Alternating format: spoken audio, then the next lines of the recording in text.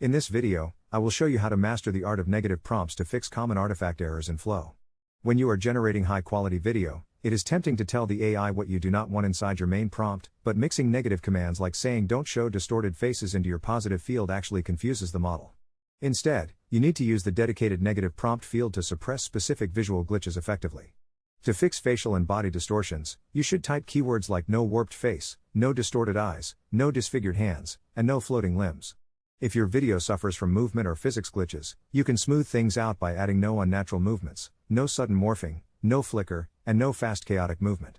Quality is just as important, so if your results look messy, try adding "no compression noise," "no low resolution artifacts," "no grainy textures," and "no glitches" to ensure a clean render. A common issue in image to video mode is the frozen video effect where nothing moves at all.